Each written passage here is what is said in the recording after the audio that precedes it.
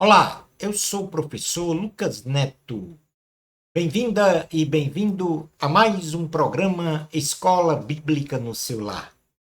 Hoje nós vamos estudar a lição de número 2, que tem como título Fé para crer que a Bíblia é o livro de Deus. Vamos então dar início à nossa aula de hoje. Introdução da lição. A Bíblia Sagrada é a voz de Deus para toda a humanidade, registrada em escritos realizados por homens sob a inspiração do Espírito Santo, na qual estão contidos preceitos divinos para uma jornada segura e feliz na vida social, moral e espiritual para qualquer pessoa que nela creia. Nesta lição, definiremos o termo Bíblia. Identificaremos as características redacionais exclusivas da Bíblia no ponto número 2. E finalizando então nosso estudo, veremos a composição dos livros da Bíblia Sagrada. Definição do termo Bíblia.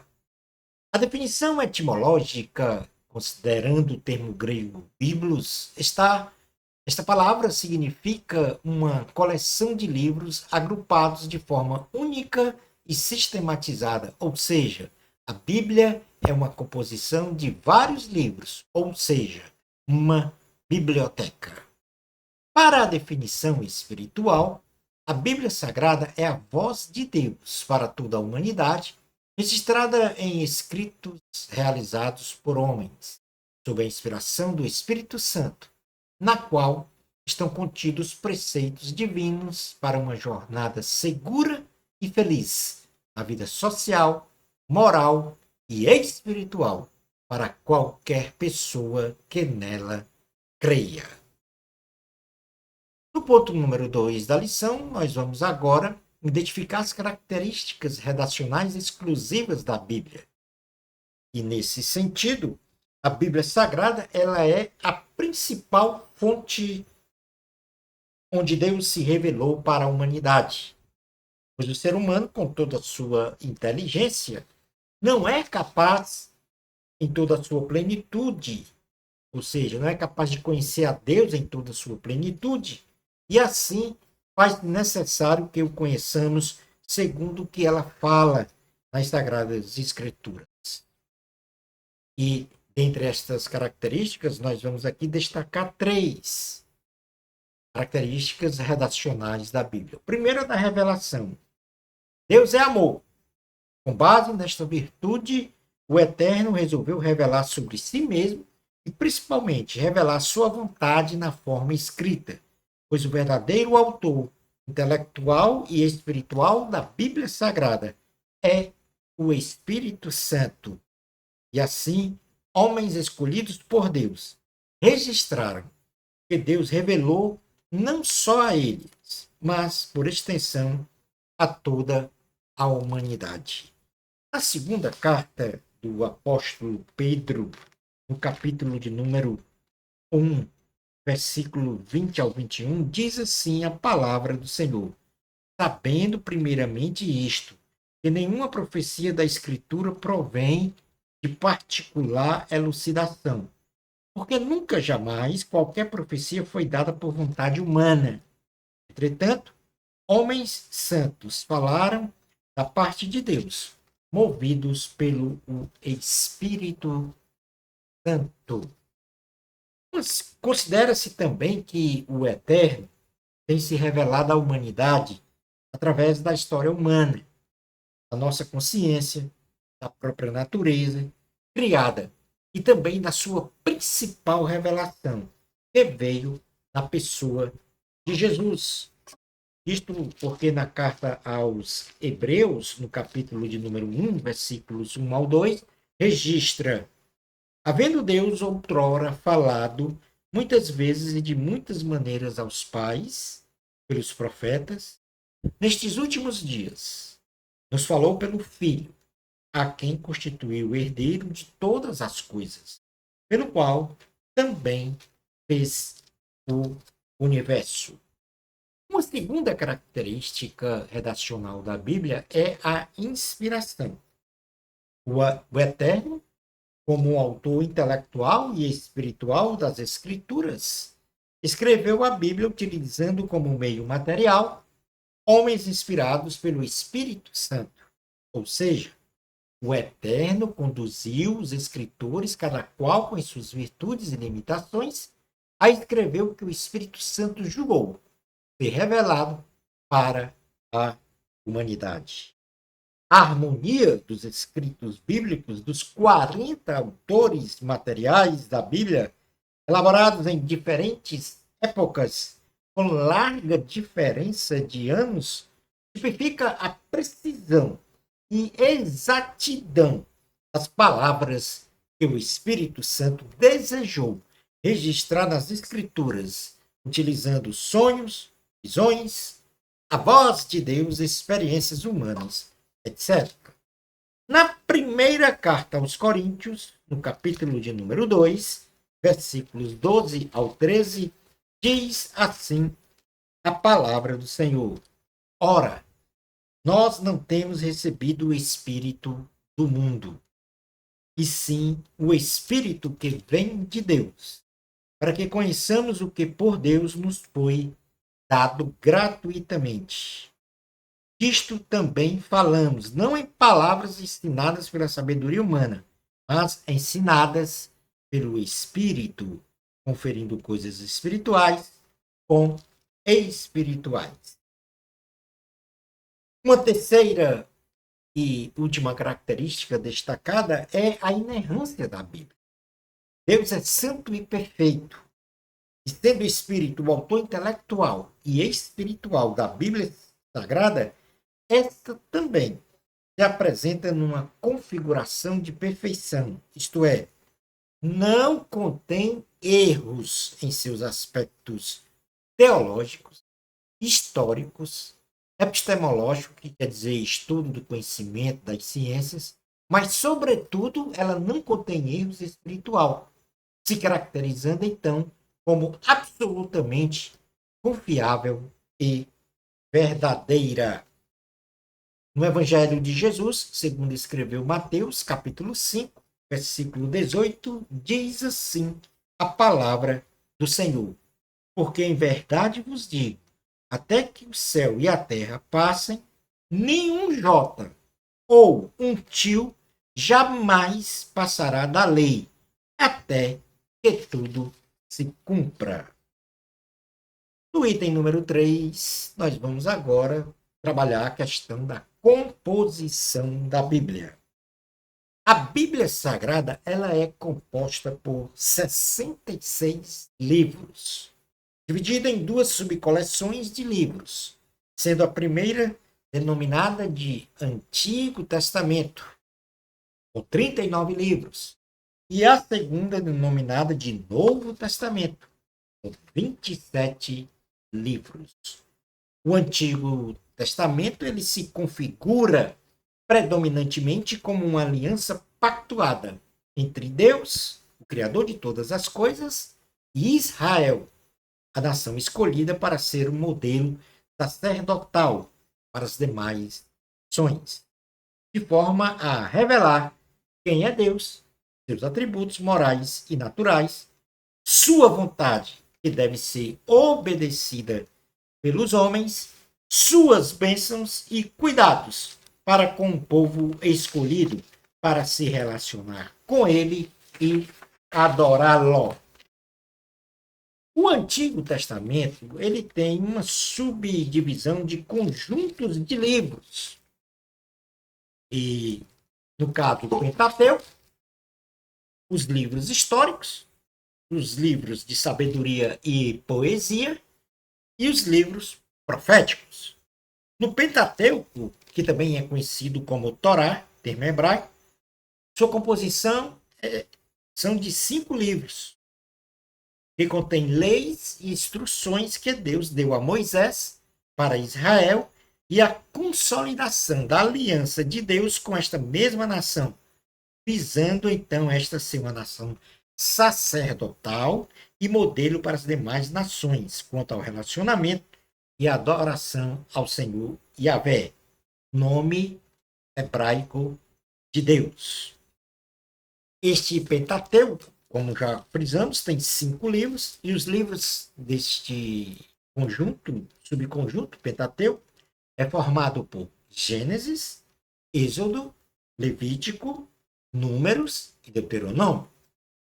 Na sequência, nós temos os livros históricos, composto por 12 livros, contém relatos da historicidade de Israel, desde a conquista da Terra Prometida, Canaã, o tempo de governo de Israel por juízes, os períodos do reino unificado e dividido de Israel, queda para os impérios mundiais da Síria e Babilônia, o período do exílio babilônico, o retorno à Terra Prometida durante o Império Persa e a história de 2 mulheres de fé que ajudaram seu povo diante de grandes aflições, no caso, Ruth e Esther.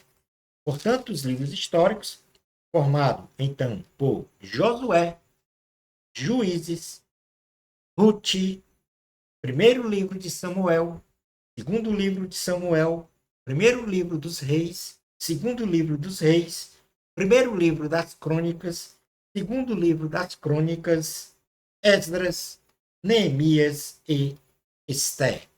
Portanto, aí nós temos mais 12 livros.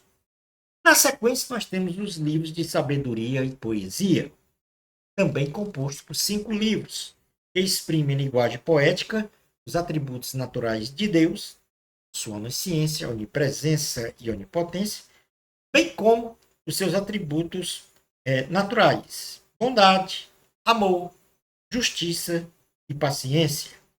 E também registra conselhos práticos de ordem moral, social e espiritual para os homens se relacionarem com Deus e com o próximo. O livro, conjunto de livros de poesias, ele é formado por Salmos, Provérbios,